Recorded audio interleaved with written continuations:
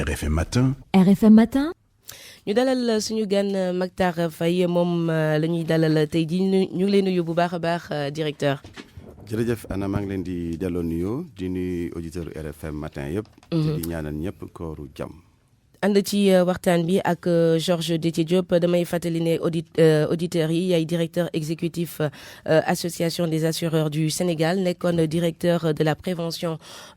routière seetlu nañ ni semaine bi surtout accident yi bëri woon nañ lu ëpp fukki nit ñoom daal dinañ ñàkk seen i bakken ci tali yi ci ay accident yu métti amoon ci biir réew mi lan mooy ce sentiment déjà par rapport ak accident yooyu. waaw di dellu di jaal njaboot ñi nga xamante ne ñoo wàññeeku ci accident yooyu di ñaanal it ñi nga xamante ne ñoo ci jëlee ay gaañu yàlla rétablir leen ñu dellu ci seen kër di leen ko ñaanal. di wax rek ne c'est vrai que depuis une semaine nii matul sax une semaine mais si diiru ñetti fan rek. diggante lundi ak mardi. voilà gis nañ ne tali bi moom li fi doon xew jéggi na dayoo. parce que ba démb rek am na ku ci yokku ci ñi faatu mu yóbbu bilang bi ci fukki nit ak ñett yoo xamante ne ñàkk nañ seen bakkan fukk ak ñaari daanaka ci ay accident oto la maanaam ay car yu. ay camion la woon ak minicar ak minicar. beneen bi camion ak ay scooter. bu démb bi moom ab piéton la maanaam ku yoroon tànkam di traversé faf oto mbëkk ko mu joxe fa ñàkk bakkanam. donc loolu dafa di lu jéggi dayoo donc léeg-léeg sax da ngay toog ba si yàgg nga toog as diir doo dégg accident waaye ni mu lëmbee Sénégal actuellement nii ba ñëpp di ci coow dafa laaj nag ñu jël def taxaw seetlu. et puis seet yan matuwaay la ñu war a mën a jël pour que li aussi dakk parce que c'est pas la première fois accident yi nu mel di am mais ni mu maanaam gravité accident bi. tax na ba ñëpp ñu ngi ciy wax. bu weesu comportement chauffeur yi ci seen bopp ñu ngi wax ne ay problème mu carte grise ay problème visite technique mais comment se fait-il que oto yooyu di daw te seen kii nekkuñu en règle. waaw loolu aussi parfois je dirais que même irresponsabilité conducteurs yi la parce que man mënuma comprendre yow ngay def transport en commun say papier matul. ngay jël ay nit di leen transporter xam nga loolu aussi dafay xaw a doy waar donc je pense que ne aussi contrôle bi tax ñuy wax contrôle boobu aussi mënoo ko def à tout instant xëy na am na yoo xamante dinañ jàll maanaam dinañu échapper au contrôle. mais bu fekkoonte ne peut-être contrôle bi day am sur chaque. automobiliste dañ ko war a gën a renforcer. dañ ko war a renforcer mais aussi même bu ñu ko renforcer woon tey tamit am na àlla kulli àll ñoo xamante ne nii dinañ échapper au contrôle. mais dama ne kooku chauffeur bi wala conducteur même mën na nekk un particulier y a des particuliers yoo xamante dañuy dawal seen oto aussi te du ñu am ay papiers yu mat mën na ñàkk assurance mën na ñàkk visite technique et parfois sax ñoo xamante ne ñii du ñu yor permis di dawal donc loolu irresponsabilité conducteur bi la te kooku nag bu demee nag ba jëyee am bu boobaa nag il faut que l'État reste impitoyable parce que dafa am yoo xamante ne yi dafa am nu ñu koy fajee pour que ëllëg mu bañ a mën a reproduire. Georges. est-ce que aussi loolu nga wax ci état bi est-ce que du foofu la yenn yi dese ndax yenn saay nga gis ab oto yi nga xamante ne maara day musiba melokaan bi doy na waar ñu ne la bii oto am na visite technique. waaw xam nga am na oto yoo xamante ne yi bu dee centre Dakar bi am na oto yoo xamante ne ak seen melokaan ak peut-être lay xew ci organe ya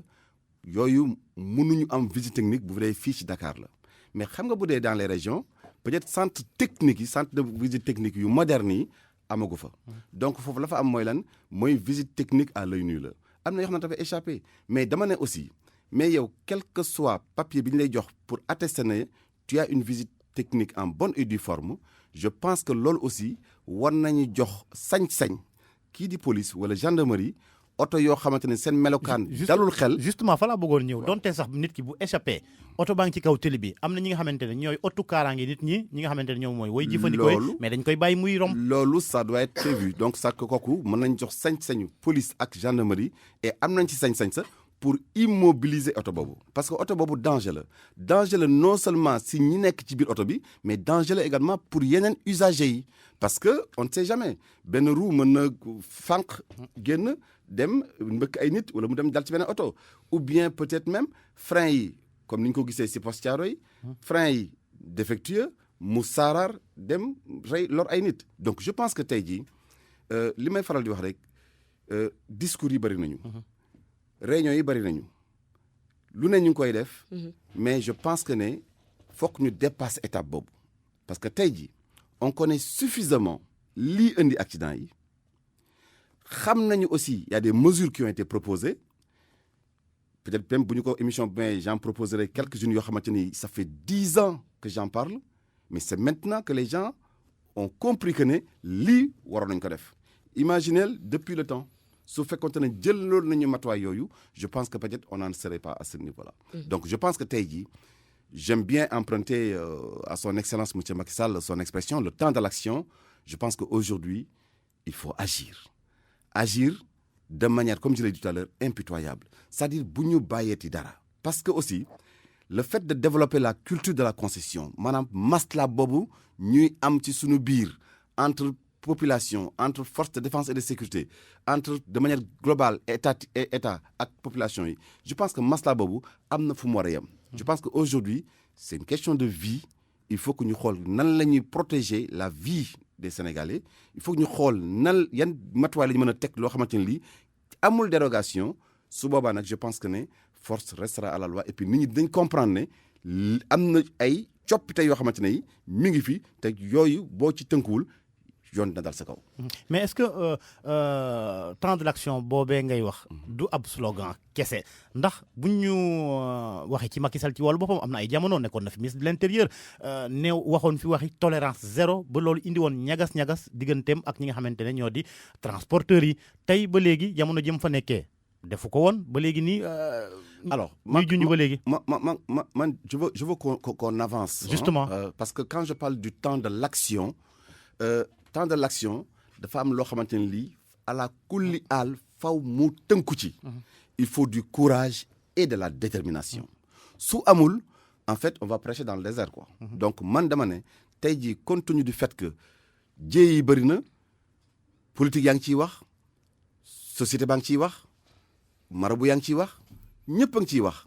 mais lan moo ñu empêché ñu jël ay dogal yoo xamante ne yi mais ñëpp nañ ci tënku et puis ñu avancé bon tey jii man am na yeneen aspect yoo xamante ni gis naa ko également ci recrudescence des accidents de la circulation mooy que les gens ne savent pas conduire mënuñu dawal parce que mën dawal dafa laaj tey jii aussi ñu tàggat la ci wàllu sartu code de la route tàggat la également ci wàllu conduite mais tey jii dafa am 3 types de conducteurs yu ñu gis ci kaw tali bi njëkk mooy ki nga xamante ne jàng na conduite et mi ngi respecté sartu code de la route yi deuxième type de conducteur bi mooy ki nga xamante ne jàng na conduite waaye nee na du ma respecté troisième type bi mooy ki nga xamante ne jàngul dara ba pare nekk ci tali bi di këy ngi kooku la ñuy tuddee en général le conducteur indiscipliné mais indiscipliné par rapport à quoi mais par rapport à son ignorance parce que su fekkonte ne jàngoon na lañ ko sant maanaam sart yañ ko sant yañ ko digal su ko jàngoon je pense que tey jii dina am beneen comportement parce que aussi il faut le dire formation li muy def ci doomu aadama mooy non seulement daf lay renforcer en capacité di nga am xam-xam mais aussi dina soppi say habileté say comportement ba pare def de sorte que da ngay conscient maanaam ci li ngay def. est-ce que tamit anam ñu ñuy passer permis de conduire bi léegi yombul parce que du conduite carrément ngay def da ngay def créneau ñu ne la c'est bon ok am nga sa permis de conduire. mais ça je pense que en fait les gens n'arrêtent pas de le dire peut-être que loolu aussi insuffisance la mais tey jii wax dëgg yàlla man maa ngi lëkkaloo ak l'actuel directeur des transports routiers. qui depuis son arrivée mi ngi def liggéey bu am solo et aujourd'hui il a un projet qui est là. qui va démarrer incessamment parce que nañ doon li ñuy defee actuellement nii permis c'est terminé kooku d'ici quelque temps bu verrez que ne yow miy passé permis sax dootoo nekk en contact avec l'examinateur donc da nga yor sa boîtier ñu lay poser ay questions ci écran bi ngay valider di valider soo admis at bi nga soo admis at mi et les gens vont reprendre examen bi fi amoon nga xamante ne non seulement di nga def circulation mais aussi di nga def ay exercice maanaam ay manœuvres. ah donc je pense que tey jii ñoom am nañ ci loolu kañ la war a tàmbali loolu. bon xam mënu ma la wax exactement kañ lay tàmbali mais ñoom ñi ngi ci et vraiment c'est un projet très avancé et je pense même que les boîtiers sont là je crois daal c'est warutul yàgg parce que bi ma mujjee jokkoo ak moom wax dëgg yàlla man ci sama wàllu bopp gis naa effectivement infrastructure yooyu outils yooyu matériel boobu te dal na sama xel et je pense que loolu aussi bokk na ci li nga xamante ne lii mesure la pour en fait jéem a xool nu ñuy xeex accident yi parce que c'est vrai que def créneau rek ñun la peut-être at mi nga je pense que ne loolu c'est insuffisant mais nii ñu ko tënkee nii ñu ko bëgg a doxalee nii je pense que ëllëg buñ ciy tënkoo am naa yaakaar ne lu bëri dina soppeeku parce que aussi nit ñi dafa ce que j'ai compris mooy que les gens ont banalisé un peu les accidents de la circulation et loolu baaxul ci réew et aujourd'hui je vous ai parlé tout à l'heure de la formation boobu ñun au niveau des compagnies d'assurance dañ ci am maanaam benn vision parce que tey jii dans le cadre de notre plan stratégique quinquennal dafa am benn axe boo xamante ne bii développement partenariat la et développement partenariat boobu dañ ci bëgg a lëkkaloo ak muy entreprise muy expert mais surtout avec l'État pour xool comment on peut mettre en place un centre national de formation. Mais centre national de formation boobu nag dans un premier temps on va privilégier les TPV mooy transport public de voyageurs et les TPM transport public de marchandises et même les chauffeurs de l'administration fexe ba nga xamante ne ku nekk ci biir centre bi au lieu que ngay ñëw di def ay 2 semaines ay 3 semaines de formation di nga fa toog ak diir boobu pour lan la pour ñu jàngal la lépp loo xamante ne lii ci wàllu code de la route lépp loo xamante ni ci wàllu secourisme la lépp loo xamante ni ci wàllu mécanique la lépp loo xamante ni sa maanaam relation la entre yow ak public bi parce que daf ci am solo je pense que ne loolu buñ ko defee ña cay génn par rapport ak li ma waxoon ci njëlbeen mooy que ne dina am lu mu coppi ci ñoom ci wàllu comportement ci wàllu également prise de conscience et ça c'est très important pour la sécurité routière. est-ce que comportement yooyu aussi waruñ koo méngale ak jumtukaay yu bees yi nga xamante ne am nañ ko léegi maanaam infrastructure yu bees yi yoon yi nga xamante ne xëy na ay jamono daanuñ ko woon am nit ñi duñ ko miin wala yeneen ak yeneen ndax boo seetloo li nga xamante ne moo xew côté Thiaroye ca pont ba la te yenn saay nit ñi duñu tënku ci code de la route bu ñu leen teree yéeg ca pont ba surtout gros porteurs ya duñ ko respecté. xam nga Georges comme ni may faral di wax on ne peut pas respecter ce que l'on ignore. loo xamul loo jàngul mënoo ko tari. tey jii su fekkente ne yow tàggatu na ci wàllu sart code de la route mais boo gisee benn sens interdit da nga naan rek kii peut-être ab nataal la bu ñu teg fii rek pour defetal tali bi bu ñu nee bul tourner à droite nga ne lii de amul benn solo bàyyi ma dem rek tali baa ngi nii yaatu na àll bi yaatu na xaaral ma jaar fi il faut que ñu tàggat leen infrastructure yi muy yu France muy yu Sénégal muy États-Unis dafa am nuñ fay tëddee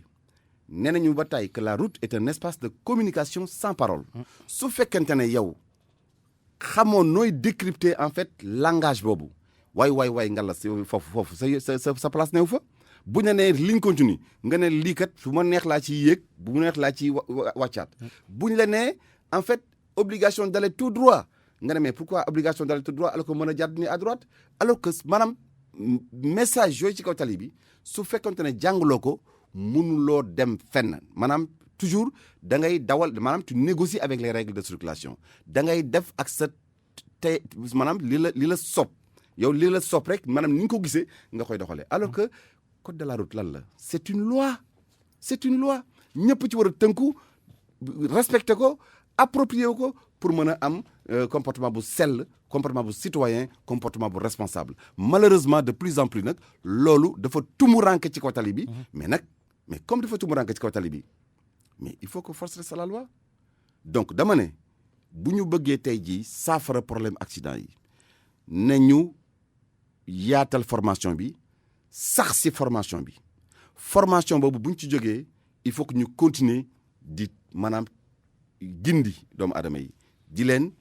yëgal di leen wax ni ñu war a comporter parce que ça c'est très important mënoo ko occulter sensibilisation information à la kulli al day wéy ba faw troisième chose bi nag mais ku bëggul ñu tàggat la bëggoo ñu yee la mais leen rek moo ci des muy lan muy di contrôler di sanctionner tey jii gis nañ ne dans les pays yi nga xamante ne yi am na ay changements positifs ci wàllu kaaraange yoon mooy ginnaaw bi ñu renforcer la réglementation ginnaaw bi ñu renforcer la législation et gis nañ ne un peu partout boo visiter di nga gis ne am na ñoo xamante ne Gambie gu jege gi rek gis nañ ne yu bëri soppeeku na fa. Mactar Faye ñetti simili rek moom moo ñu dese rapidement benn borom auto école mu ngi may signalé ni matériel bi nga doon wax sànq pour passer le permis mu ngi fii depuis 2 ans mais boobu ak léegi mënuñu ko jëfandikoo lu xew. Non, mais c'est que peut-être que il faut poser la question peut-être au directeur des transports routiers. Mais je sais que xëy na peut-être am na ay réglages yu des mais je sais que ce matériel-là est là ñoom xam nañ ko ñun aussi dem nañ ba visiter ko gis nañ ko mais je pense que c'est un problème de délai et je pense que ça sert à rien de précipiter les choses. nañ ko def ci anam bi xamante ne moom moo war mu rafet loo xamante ne duñ ci dellu si waat ci ginnaaw je pense que ay problème de réglage la et je pense que incessamment Inch'Allah ça va démarrer et puis pour le bonheur de tout le monde. Ok, d'accord. Ben laaj bu mujj par rapport aux pièces d'occasion am na ñoo xamante ne ñu ngi ñawlu le fait que yenn pièces yu ci mel ni pneu yi yu jógee bitim réew c'est fait spécialement pour conduire pendant l'hiver ñun ñu koy dawal fii alors que ce n'est pas adapté à la chaleur fii lan moo ci pexe ci loolu. En fait xam nga pneu yi dañuy wax rek am na pneu yoo parce que pneu yi daw si neige bi.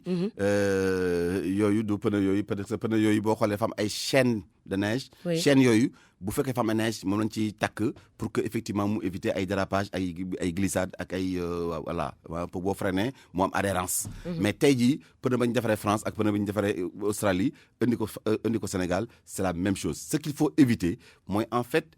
les pneus d'occasion yi nga xamante ñu ngi koy indi fii di ñu ko jaay peinturaat ko ñu foog ne ay pneus yu bees la. je pense que ça également. Je pense que l'État aussi war na si mën a jël